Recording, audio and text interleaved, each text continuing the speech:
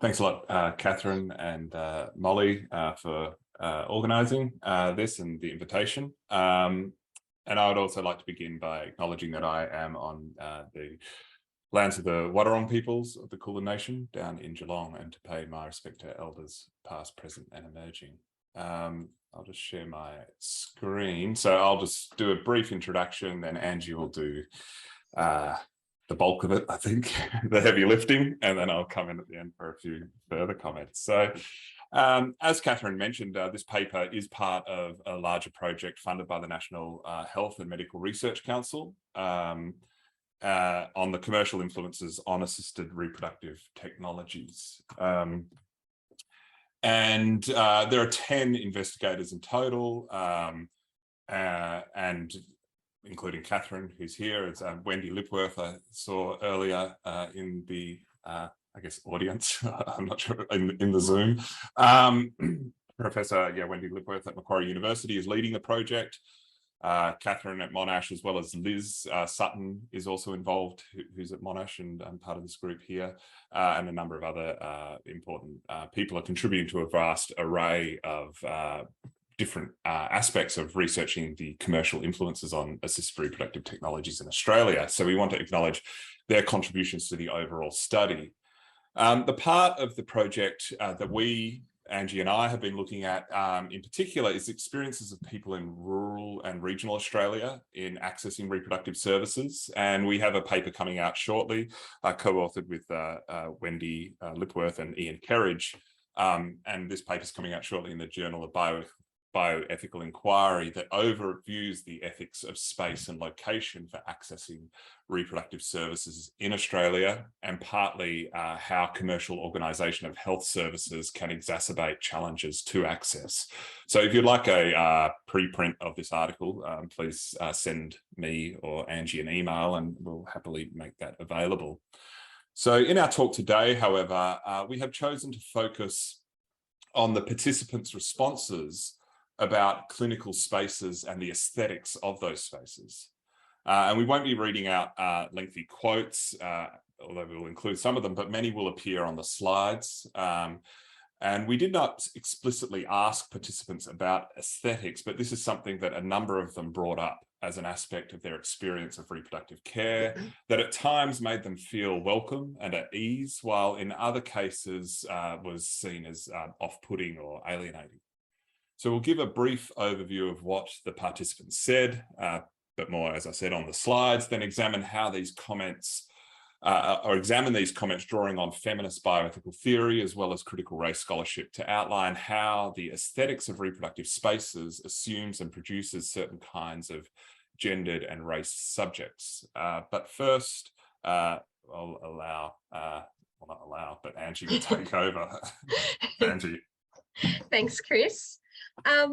So healthcare aesthetics and design can play an important role in fostering positive experiences of care in several health settings, such as in cancer care and paediatric care. But increasingly, we can see aesthetics playing a more pointed role in these commercial medical settings, such as ART, as a form of promoting and differentiating clinical practice.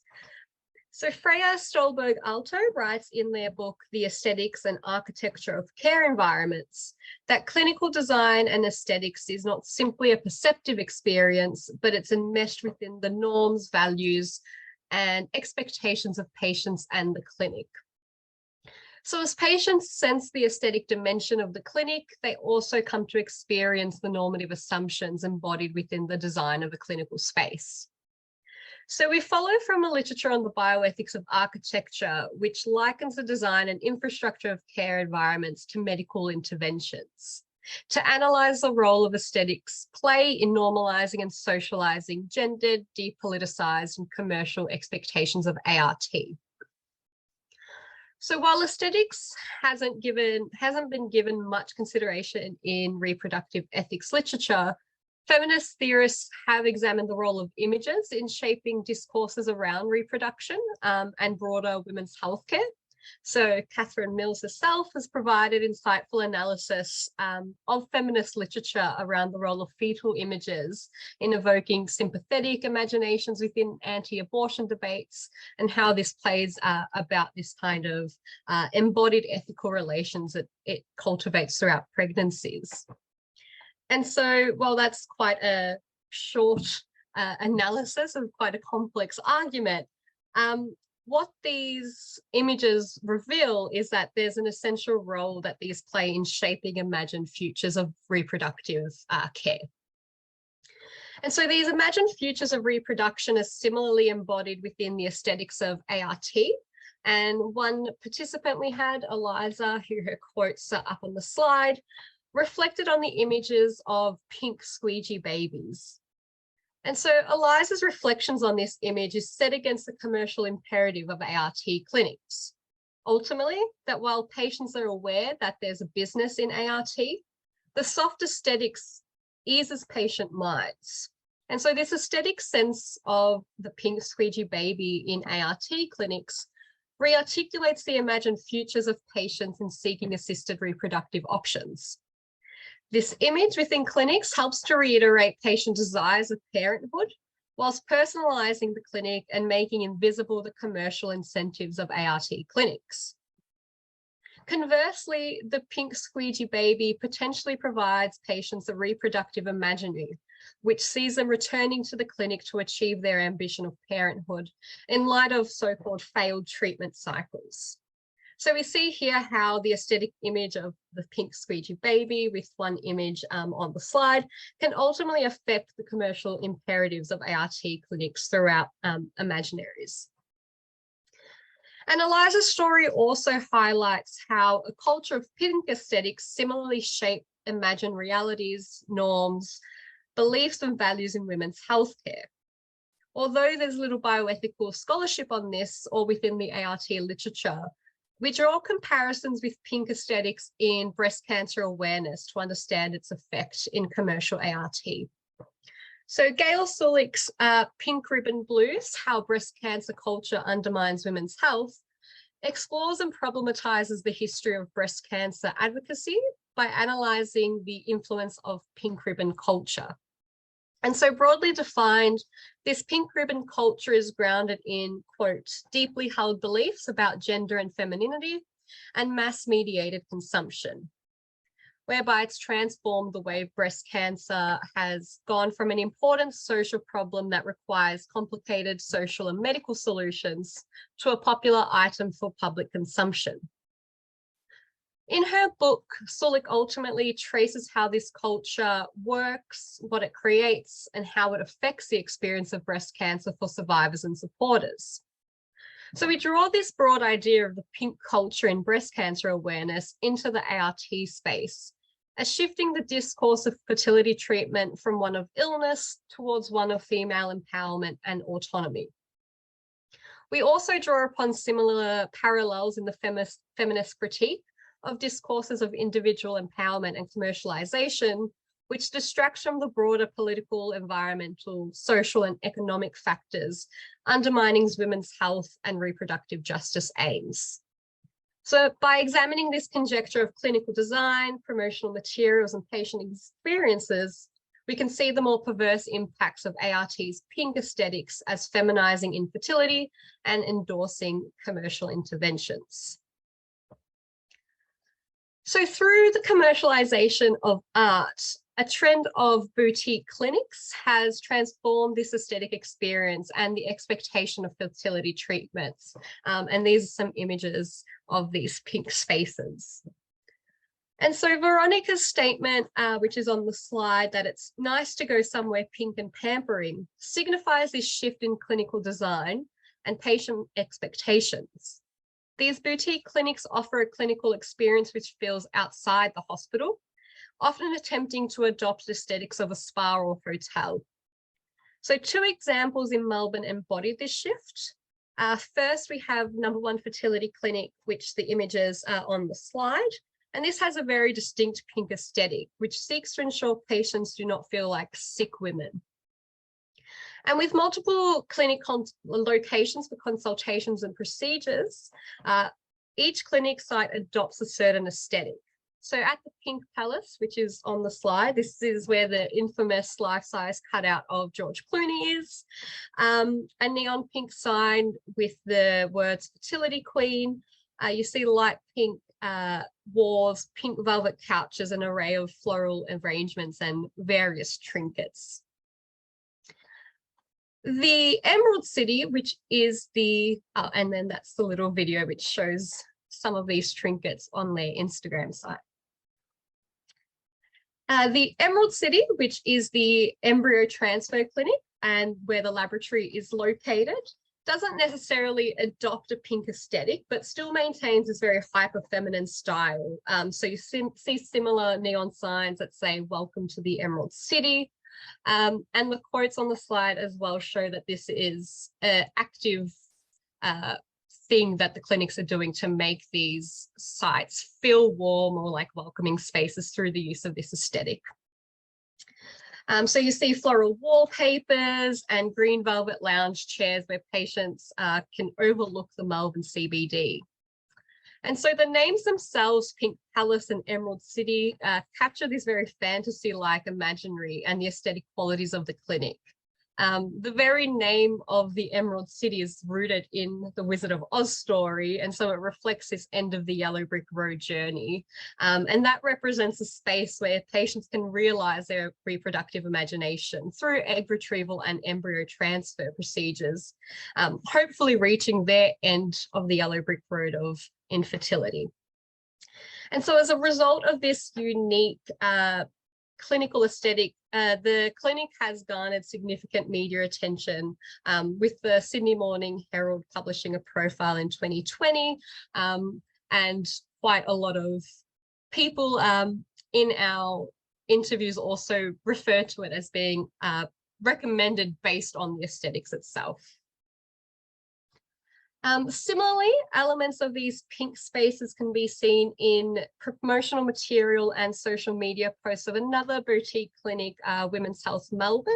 And these are some of their Instagram posts about egg freezing or solo mother by choice. And so we see here the use of pastel colors, soft floral imagery, and images of mainly young white women complement the posts that discuss the various procedures. And so it's clear in both these instances that social media is playing a critical role in carefully crafting these aesthetic norms of ART clinics. The post and the clinical design cultivate an imagined future, which is directed towards achievement and empowerment in the ART process. This is particularly concerning considering social media is an unregulated area of commercial-oriented healthcare. And we've seen recent cases of this in cosmetic surgery where surgeons are using social media to promote medical activity and demonstrating the range of ethical and legal issues which can arise in this context. So to understand the bioethical effects of these aesthetic choices, we need to pay serious attention to the role of place within healthcare environments.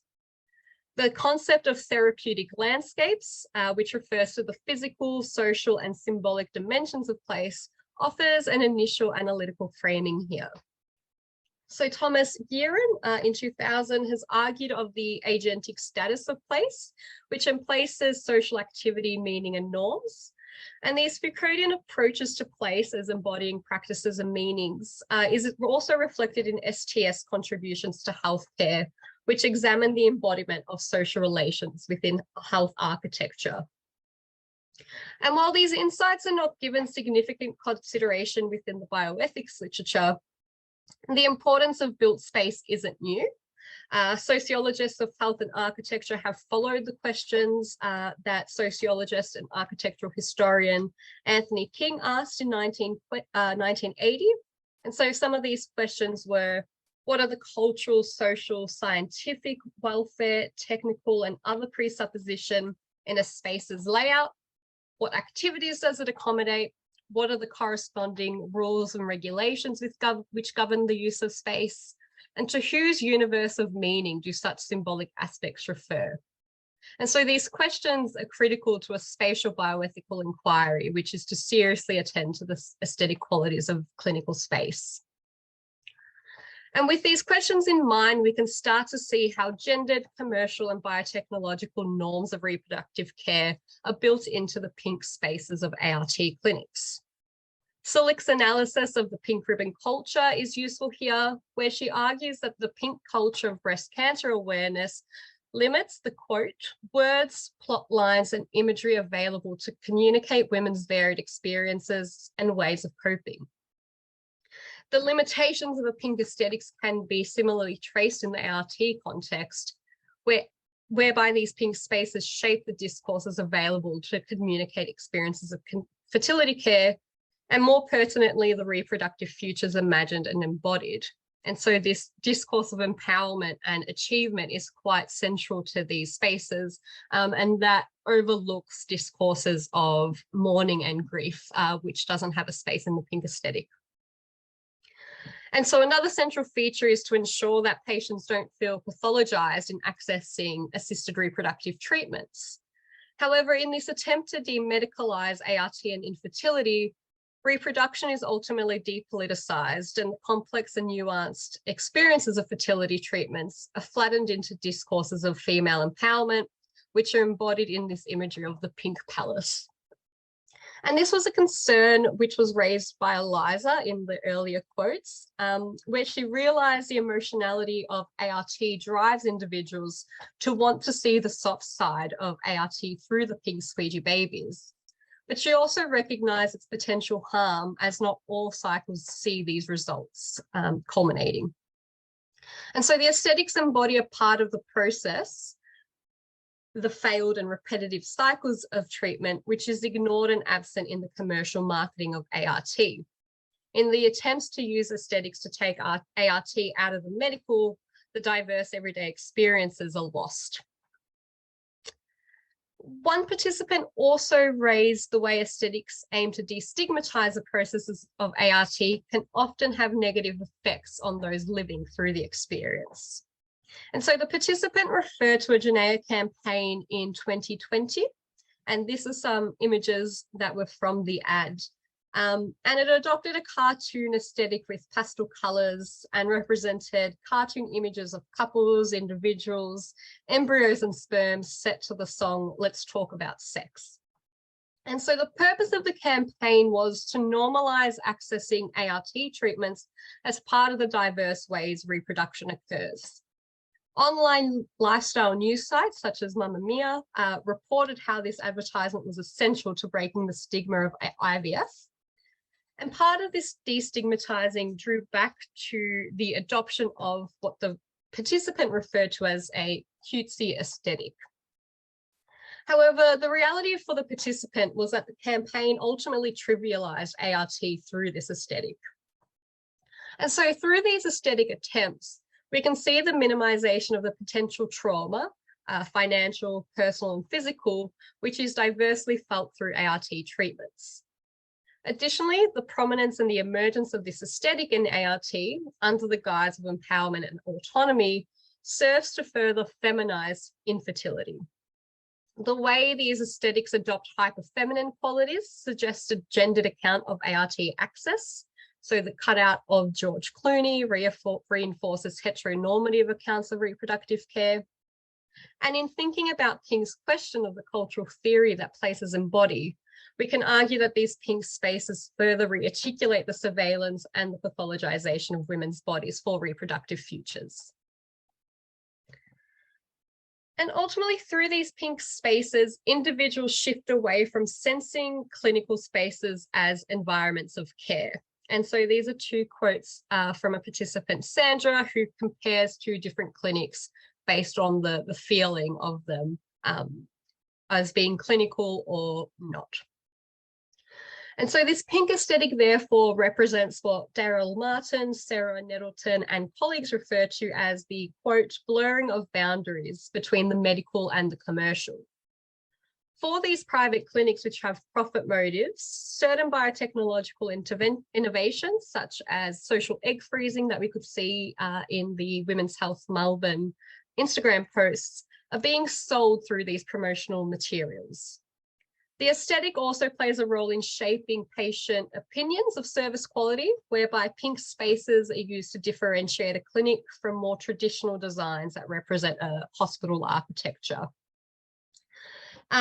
So Taylor, another participant, touched on this when she said that she read a profile on one of the IVF consultants in something like Wood Weekend. And she said that the profile talked about how great they were. And she got a sense that with the clinic was being sold, and she thought that it was being sold as a glamour doll that was going to save everyone.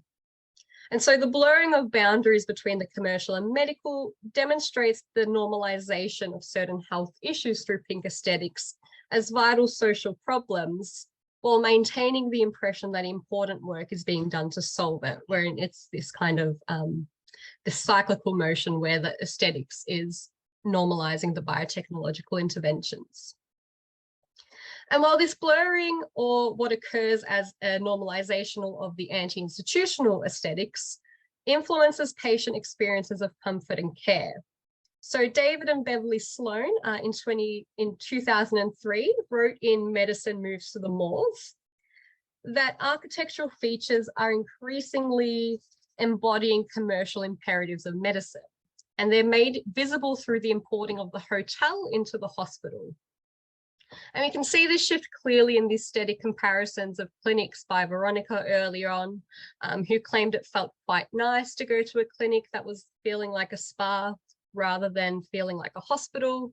And Sandra's quotes on this slide here that echoes the sentiment by referring to the new clinic as being nice and clean and in a new industrial estate somewhere, compared to the location that was in a lab in the back of an old Queenslander. And so she also compares it to the new clinic as being done up as some offices, so rather than as a hospital. And this removes ART from medical institutions. And so again, these aesthetics demonstrate a broader shift in the meanings of healthcare spaces, the shift to anti-institutional design or pink spaces, show how health settings and hospitals have moved from these early civic institutions to ones that are embodied within commercial values. Nonetheless, Martin and colleagues suggest that clinics still retain a status as a moralizing space, in addition to its role as a technological locus of biomedical knowledge. And these aesthetics ultimately embody the influence of an architecture of care, which helps for cultural, social, political, and economic values and norms become visible through these features of design. And so there's value to bioethical inquiry when we engage aesthetic senses. Bioethics that engages with the aesthetic can be more responsive to the emotional and sensory perceptions of clinical experiences. And in the context of ART, this engagement with the emotional allows for an understanding of the everyday implications of patient enmeshment within clinical spaces and its implications on decision-making, notions of care, and who is and is not included within such spaces based on the normative assumptions of these aesthetics. And now I'll pass to Chris. Thanks, Angie. So the question of who is and who is not welcome into reproductive spaces is pertinent to Australia's long-standing anxiety about what bodies should be encouraged to reproduce. Race and class are particularly pertinent, and we cannot fully address them here, but part of the sort of larger paper that we're developing will. But we wish to signal the direction that we are taking this analysis. So both the pink and the more traditional clinical spaces habituate and make a white subject belong. So whiteness, according to Arlene Morton Robinson, is a possession that bestows unearned privilege and advantage on the possessor and gives white people a sense of ownership of the nation, its institutions and public spaces.